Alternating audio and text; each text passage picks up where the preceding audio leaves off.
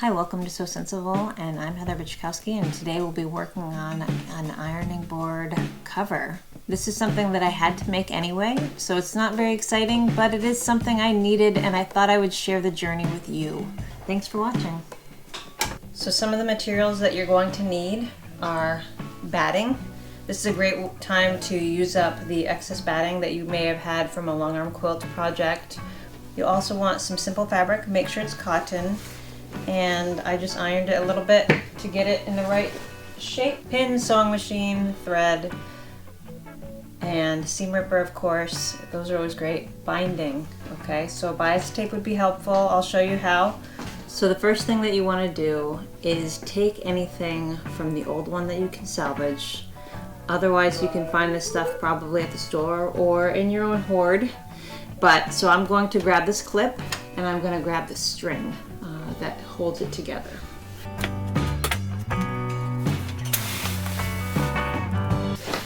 So first what you're going to do is you're going to make the actual batting part. Once you have the cover off, if you wanted to change the color of the legs at all, this is your opportunity to do that. You would just take it outside and spray paint it.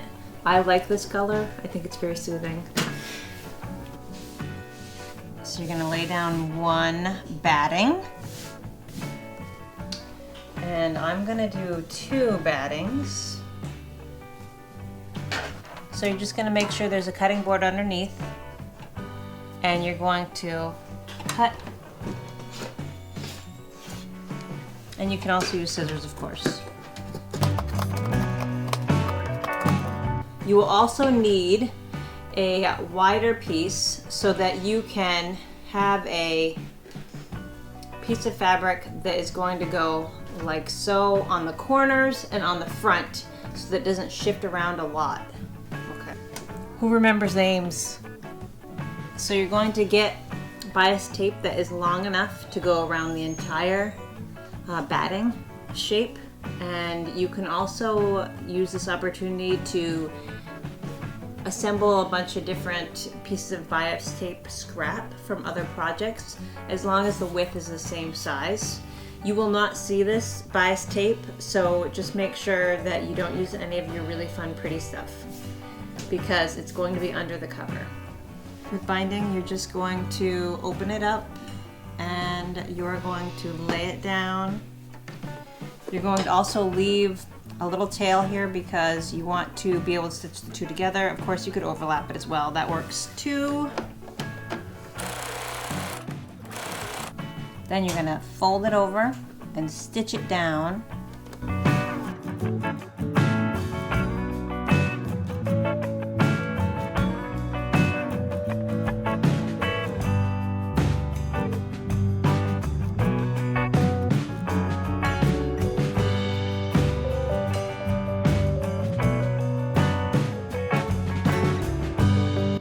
So you're going to just get that bias tape folded over with the strap in there. And actually, better yet, you could use elastic here.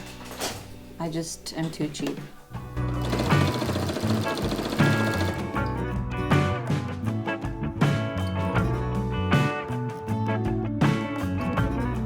So we made the pad and we put some loops right here. I just cut a extra wide bias tape in half. And then this is the actual bias tape. And I finished all the edges with binding that I had in my stockpile.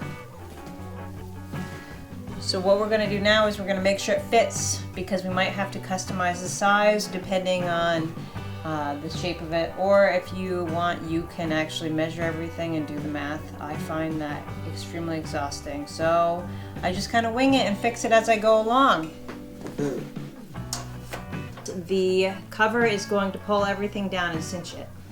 As you see here, I've got my fabric and I'm just going to fold it up till it's about a couple inches over, and I'm going to cut it that length, and I'm going to cut it the same width around everywhere.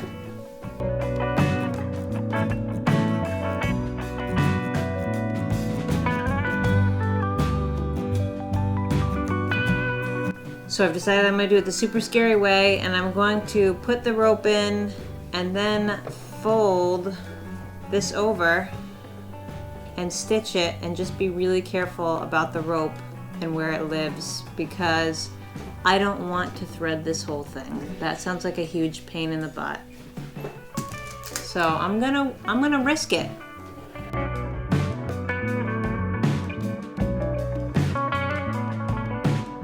I'm a big believer in being extra cautious so that I don't have to fix mistakes.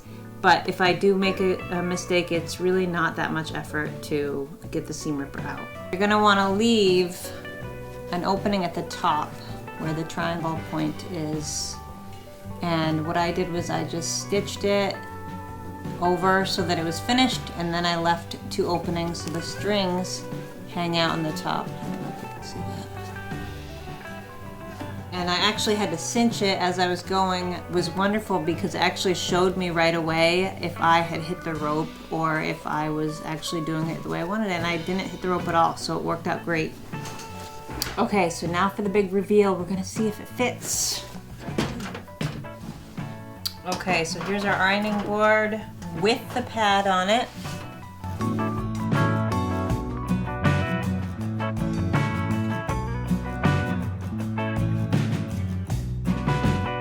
I forgot this, so I'm going back.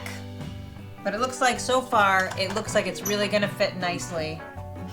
I'm gonna seam rip this a 1/2 inch, and then I'll be able to slip it right in there and sew it back shut again. I've got it back on the ironing board frame, and I'm just going to cinch it up, and now I can clip this across to the other side. Keeps it nice and taut.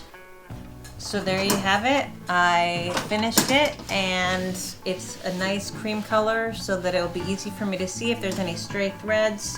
And I hope you found value in this, and I know it's been a while since I've made videos, and I'm gonna try to get better about that. I am at home, so I hope the lighting was decent enough, and we'll see you next time. Thank you for joining us at Sew Sensible.